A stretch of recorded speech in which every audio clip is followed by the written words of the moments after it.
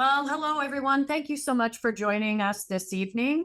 I would like to start by introducing my good friend, Dr. Ted Vickey. He is a leading expert in the intersection of technology and education. He has worked with over 4 institutions, leveraging innovation for better outcomes. He's worked as a professor at Tulane University and is a pioneer in AI-driven educational tools. And we're excited to hear what he has to say this evening. I just want to thank you, Ted, for taking the time to do this. You've shared all of your expertise, or whenever I've asked a question, you've always been happy to share. And I think you've saved me a lot of time, certainly as an educator. So I would love to hear some of the kind of tools you would suggest others try out. Well, Cindy, thanks for having me. Absolutely. My father was a school teacher. My sister works in a school district office. I know how I was married to a teacher. I know how our teachers work and the administrators do as well. So, my goal is helping folks figure out how to work smarter using the technology tools that are there. See a lot of people, it's only been around since October of 23. So we're still in its infancy. But here's the interesting thing, Cindy. We could have had this talk 3 weeks ago. It would have been totally different because it improves literally every week. There's new updates, there's new everything. So my advice to people is just try it. Get in there and try it. Because here's the thing, it's not going away. So my advice would be try it, learn it, see if you want to learn it, because the other scary thing, students are using it. We had a big discussion at Tulane in our department if we would allow AI. And I said, yes, because in my mind as a professor, my job is to get the students ready to enter the real world. And ChatGPT is going to be part of it. So what I ask them is, if you are using ChatGPT, let me know. Let me know the prompts so I can help you. And the traditional academics with the tweed jackets and the leather patches on the elbows said, well, how do we know if they wrote their paper? And I said, how about you give an oral exam rather than a paper? They can't fake that. So, well, actually they can coming up soon. But yeah, I think it's just a time for all of us to take a step back. It's like, I use card catalogs to look things up in the library, and then the internet came. And when's the last time I saw a card catalog? And now, ChatGPT is here. It's just a natural evolution in my mind of technology. It does make me feel a little less intelligent. I'm not going to lie, because it is so quick. And some of the things that it comes up with, there are times when I'm thinking, oh my gosh, why didn't I think of that? It's, and it learns probably faster at a faster rate. But I did hear an interesting fact about the size of the computer that it takes. So do you want to talk a little bit about that? Because that blew my mind. I was not, as far as we've come with technology and the size of phones, I was not anticipating this. Well, I think that what you've heard me say before, I do a lot of work in the health and fitness industry as well. And this iPhone is millions, I'm talking maybe tens and hundreds of millions times more powerful than the computer used to put the man on the moon in 1969. And we keep this in our pocket. So when I talked to health and fitness professional, I said, imagine if we could use this phone that we all probably woke up to with the alarm.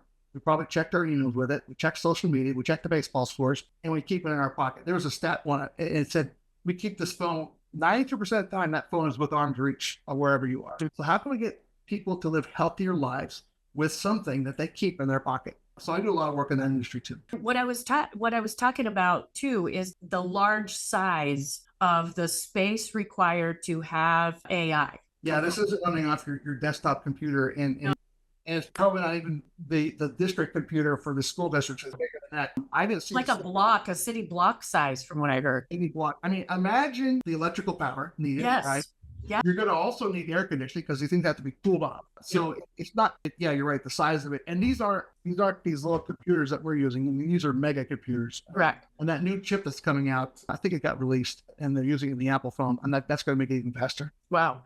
Well, I guess that part makes me feel a little bit better, because then to me, it's like a lot of me in comparison to AI thinking at one time versus just one of me, right? So, I mean, if it takes a whole city block, it better come with some punch, right? Absolutely. And, I use ChatGPT. That's what I think. I used it at least 10 times today that I can think of. I use it to help me write an email. I use it to help me do a request for proposal. I had it create some pictures for me. The handout that we're going to give out. In fact, I'll do that right now. Everyone in the group, I'm going to send you the handout and send you send that out to you so you have this. But I'll be fully transparent. We knew what we're going to talk about tonight, and I went and said, I'm doing a presentation to school administrators. Give me 25 things that they could use this for. and give me the prompts. And, I sent it to Cindy, and I think you were like, oh my gosh, this is a lot. It took me 2 minutes. Yeah, that's awesome. That's wonderful. I hadn't really even thought about uploading like file. I mean, I do that sometimes, files, and then respond to an RFP that way. That would save a lot of time. I was giving a talk. I was teaching at my class at Tulane, and we're doing a lot of data analysis. Yeah. And you could take an Excel spreadsheet. So what we had a download of one person's Apple Health information of all their steps, all their sleep numbers, in Excel spreadsheet. We uploaded it, and I said, give us 10 statistics about this data set, and it did it. And it was accurate. It took me 3 years to do my PhD with GPT. Now I could be done in 3 months. Yeah, that's crazy. And I think the capability of analysis that you're talking about with like people, especially like me, who are not, I mean, numbers aren't necessarily crunching numbers isn't my thing.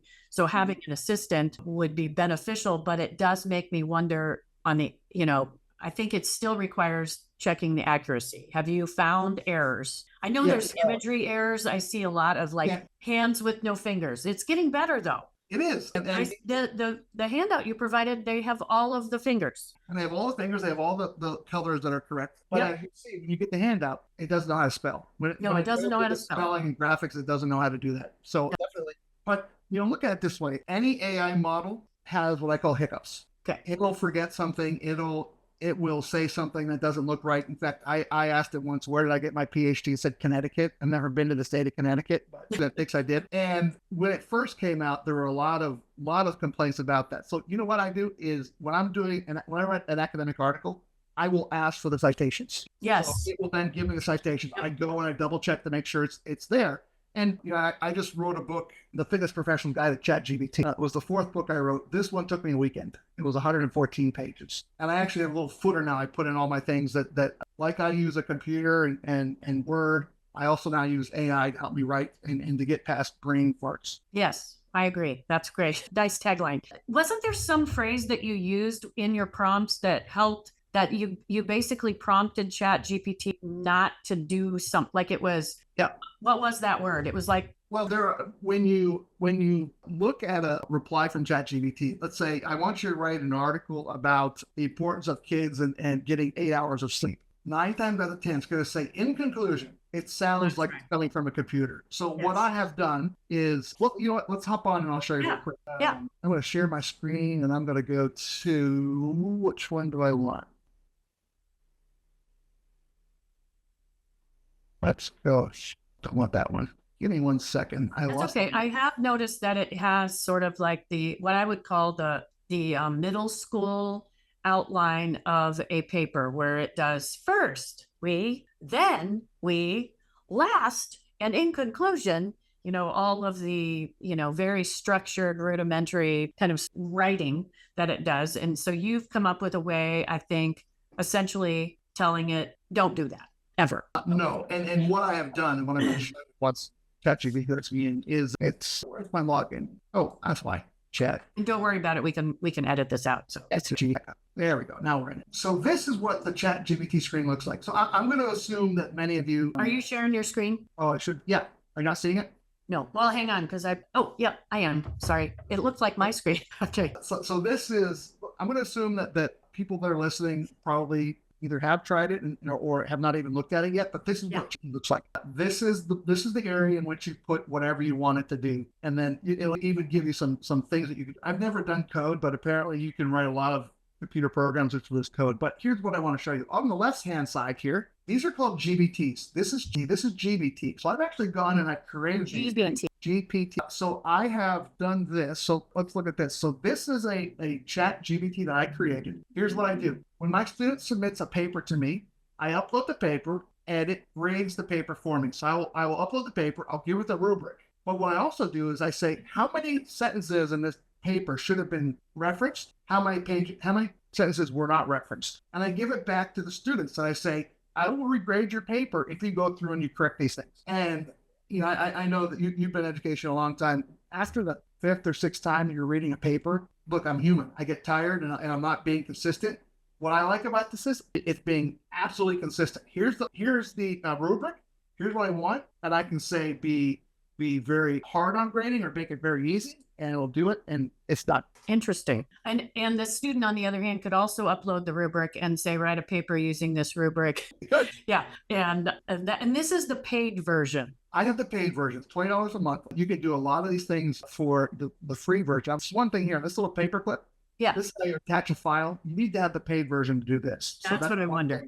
That I want to mention. Yeah. And I want to say something, about things students uploaded. We were having problems at Tulane. We are not allowed to check to see if a student used AI to write a paper, because what was happening was those that English was not their native language, for whatever reason, these checkers would tag those as potential AI written. So we said we're not going to do that anymore. So there was something with those AI checkers. If you upload a paper as a professor or a teacher saying, did AI write this? And if the paper was written by a non-native English speaker, it's flagged as potential AI. So there's a little bias built in. I think it's a little biased, but I also think, if you think about it, as a non-English speaker, you're probably going to be speaking in more of chunks, Structure, more structure, not as flowing, if you will, like native English speakers do. So that's how these trackers pick things up. Okay, so how does it know? So you're saying you can upload a student paper and ask AI if AI wrote it? Well, or is it, what's an AI checker? Well, the one that we use that checks for citations is Turnitin. That's a program. I think high schools use it as well. Okay, I don't teach high school, sorry. So but it'll check to see if any citations were copied. There are tools that I know some universities have. You could ask AI, but what I have done is over here, I actually have trained my ChatGPT to, where is it? Right here, I'll click that. Right, like Dr. V. So when I write an academic paper, this sounds like me as an academic. Obviously, I'm going to say different words. I'm going to speak differently. You know what? Let's do something fun here. Well, how did you get that? Like, write a blog, write an email, write a proposal thing to show up? Does it do that? Yeah, these are the GPTs that I told you about. So you go in here and you create a new chat, and then since I've already created, I'm going to edit it. So here, this is all the instructions. In fact, you remember Myers-Briggs and yes. So look at this. I did an analysis of what I had and I put it in there. So now when I write, it writes like my strength finders. It writes like my Copich. It writes like my Myers-Briggs. Wow. Now, what you can also do is you can take sample writings that you've already written. You can upload a ChatGPT. You can say, do a detailed analysis of this writing and give me the style in which it was written. I'll come back and say, written at a 5th grade level, whatever, and it'll do that. So what you see here, these little boxes, it's right here. So, okay, I see that. All the same, that's right there. Okay, very cool. I forgot about that. This is a real simple way to do it. And this is all that prompt is. So now when I go in here, let's go back, and I'm going to say the base of ChatGPT, I call it the RTF.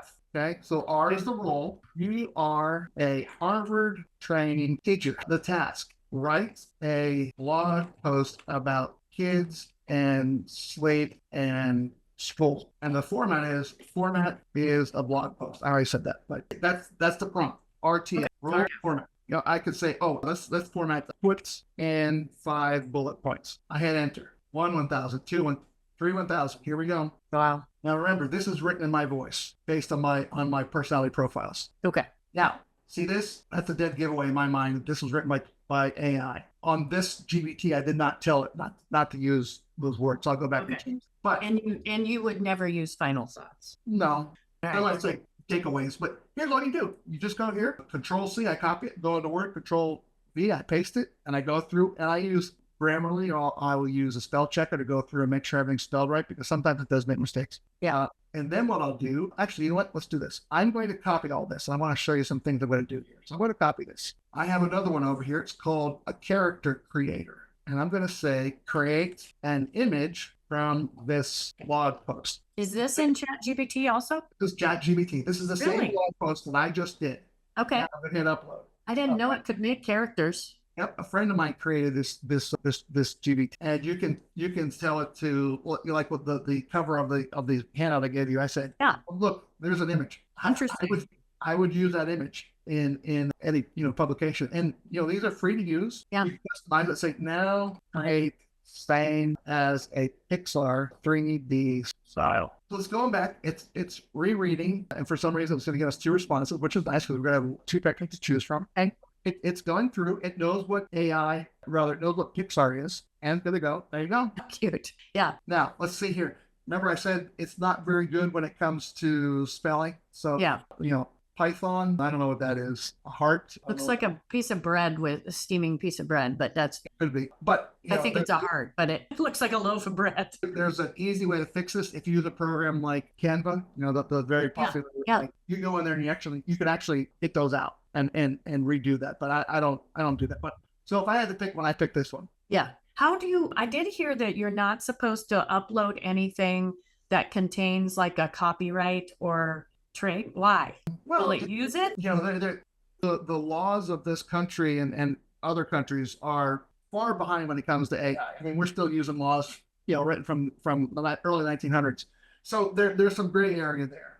So like your book, if you uploaded it, which I'm sure you have because you've used it for various things, what danger does that present to you? The danger is, well, number one, okay, let's say it this way. If someone has a PDF copy of my book, they have a PDF. I can't control that. But you can upload it and say, give me, here, do you remember my book? I have conversations with ChatGPT like it's a real person. In fact, I'm on the wrong one, but I'm going to forward out. What one were you? Oh, because you have 10 minutes. Okay. Hello. And it's going to say, hello, Dr. V. How can I assist you today? So I actually have trained my GBT to, I'm an Iron Man fan, so I call him Jarvis. Okay. You remember my book. There you go. Give me 5 bullet points.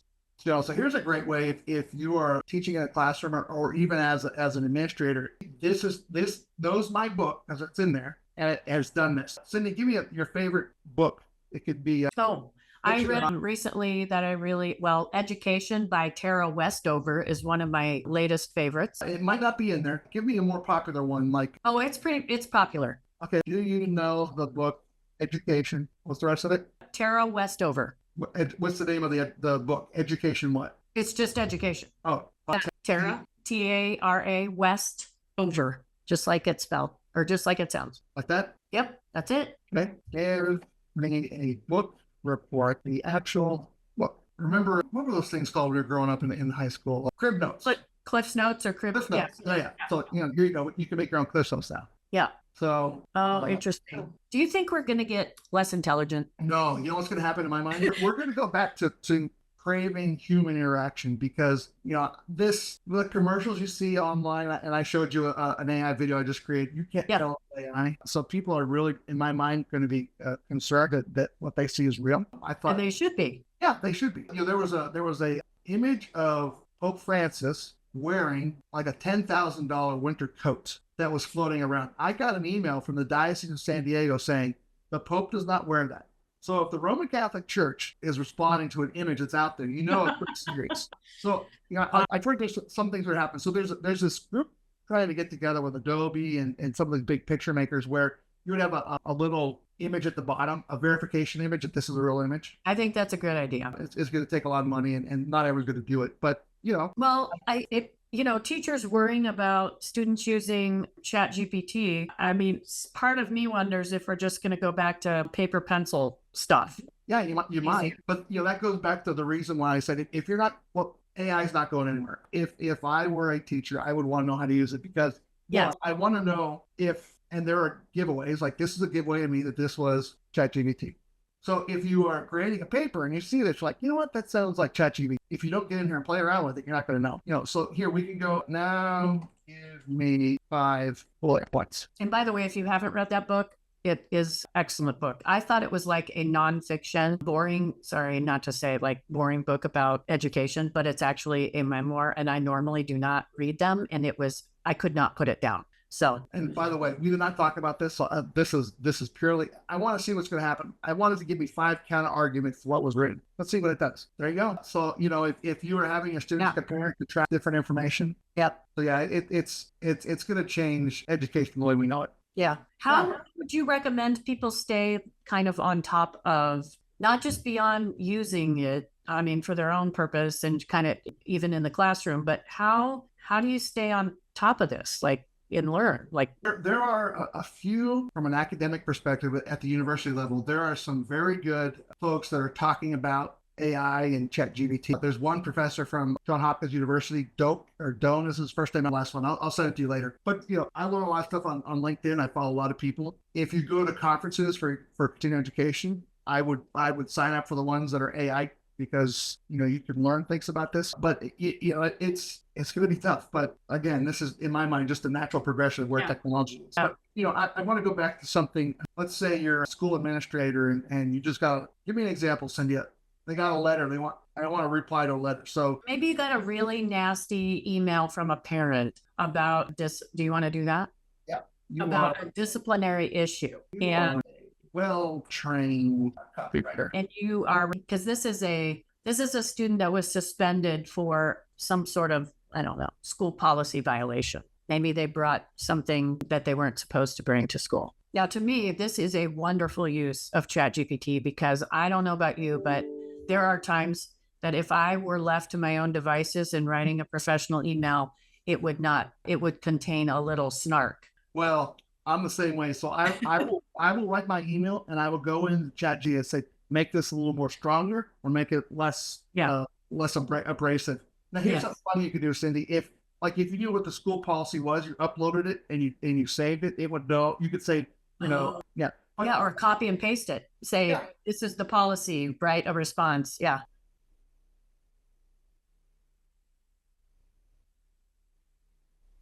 That's awesome. And that's with a very simple prompt. You could go in there, you could be a little bit more specific on right here. And that saying garbage in, garbage out, absolutely true when it comes to ChatGPT because it's kind of like if I bake a chocolate cake and Julia Childs baked a chocolate cake, we're still using the same ingredients, but she's better. This is why. Because she knows how to properly put stuff together. Right.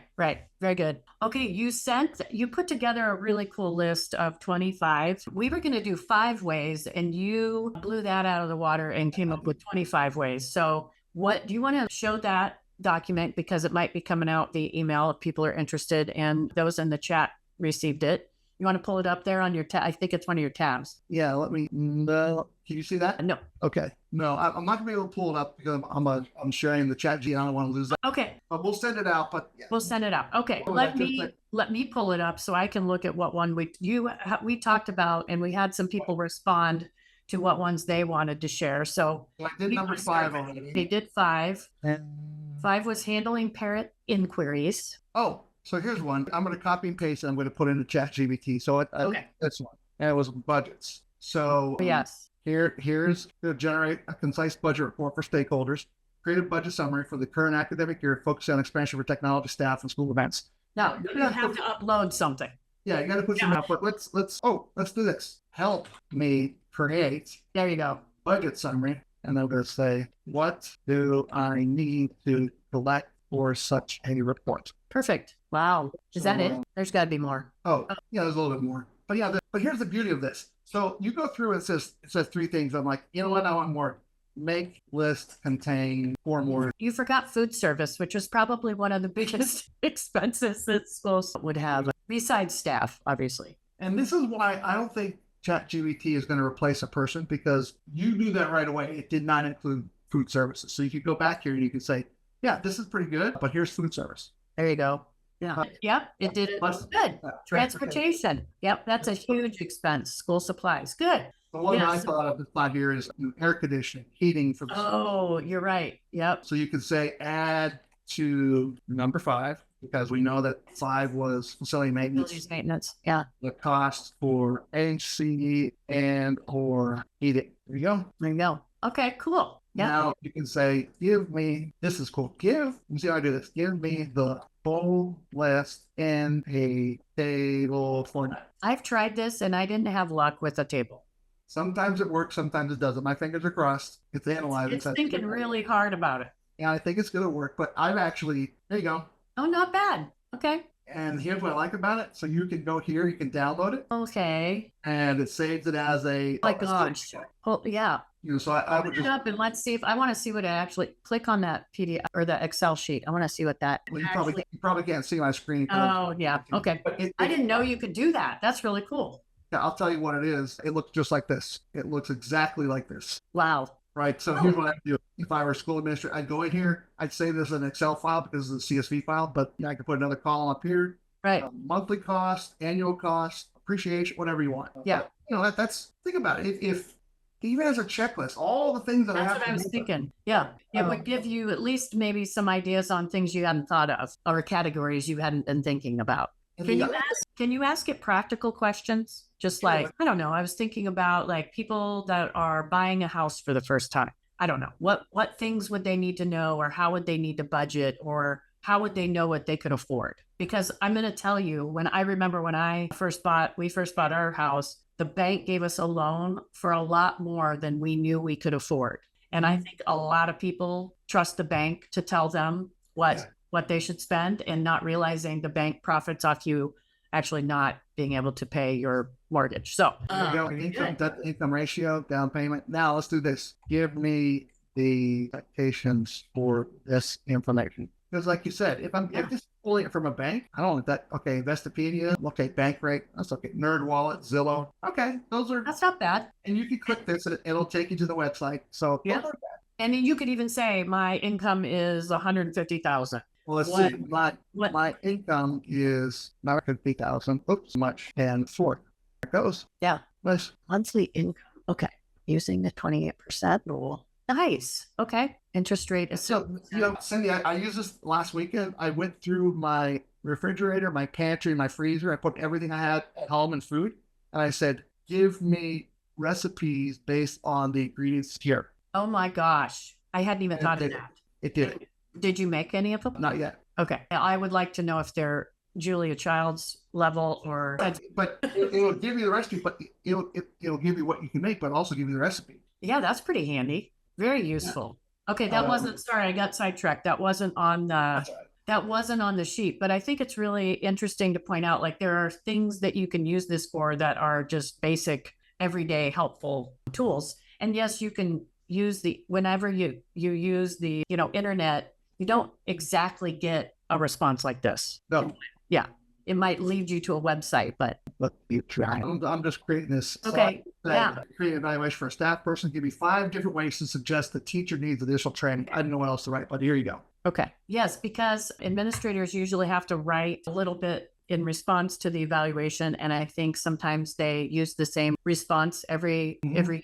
Okay, let's see. There you go. Gives you a little, like, some different wording you can use. You could probably type in 3 different things they need to improve. Yeah. Give me 2 more. I like that. Each of these phrases is positive, focusing on growth and professional development while also addressing the need for additional support. And you didn't even tell it to do that. No. So let me say combine 6 and 7. Yeah. Wow. Good. All right. It's when I say I use it 10 times today, probably more, but that's just like I think off the top of my head. It's trust me, folks, just get in there, try it. I've given you my email address on the bottom of that PDF. If you have any questions, Yeah. Well, I really appreciate the time you took, Ted, to go over all this. I know you've been tremendously helpful in me starting out and giving this a try. And it really has. There's been things that absolutely have saved me time that I could not have done on my own.